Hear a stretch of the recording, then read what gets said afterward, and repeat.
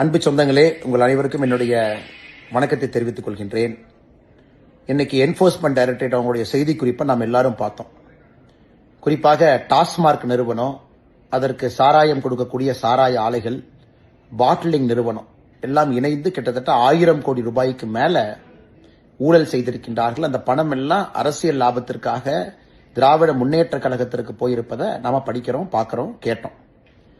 அன்பு சொந்தங்களே, நம்ம கடந்த 10 நாட்களாகவே திமுக எதற்காக பல பிரச்சனைகளை எடுத்தாங்க, இன்னைக்கு எதற்காக ரூபாய் நோட்டு பிரச்சனை எடுத்தாங்க, எல்லாமே தெளிவா தெரியும்.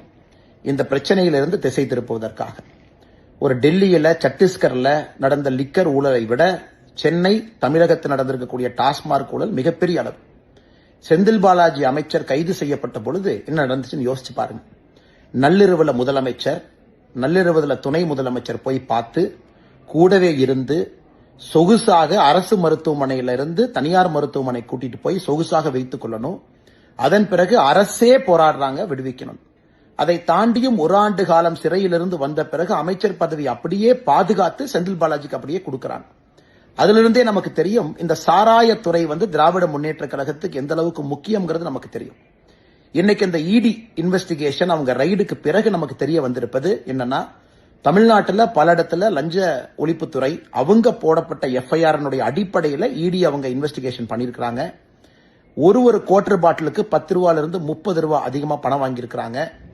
சாராய ஆலையிட்டிருந்து வரக்கூடிய டெண்டரை இவங்க பிக்ஸ் பண்ணி எக்ஸ்ட்ரா பணம் கொடுத்து சாராய ஆலைகிட்ட இருந்து கான்ட்ராக்ட் இவங்களே கொடுக்கறாங்க.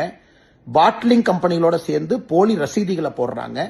இதையெல்லாம் மொத்தமாக வைத்து பார்க்கும் பொழுது கிட்டத்தட்ட 1000 கோடி ரூபாய்க்கு மேல கணக்கில் வராத பணத்தை ஜெனரேட் பண்ணி திராவிட முன்னேற்ற கழகம் அந்த பணத்தை எடுத்து அதை வைத்துதான் அரசியல் பண்ணிட்டு இருக்காங்க. சுத்தமா சொல்ல வேண்டும் என்றால், ஏழை மக்களுடைய தாலியை பறித்து அவங்க வயிற்றுல அடிச்சு திமுகவுடைய ஆட்சி நடந்துகிட்டு இருக்கு. 10 ரூபா 30 ரூபா ஒரு குவார்டர் பாட்டிலுக்கு எக்ஸ்ட்ரா பணத்தை வாங்கித்தான் இந்த அரசு இன்னைக்கு ஸ்தம்பித்துக் கொண்டிருக்கிறாங்க, ஆட்சியில் இருக்கிறாங்க.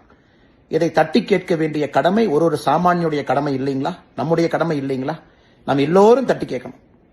நம்முடைய தமிழகத்தை பால்படுத்திக்கிட்டு இருக்கிறாங்க, சின்னாபின்னப்படுத்திக்கிட்டு இருக்கிறாங்க.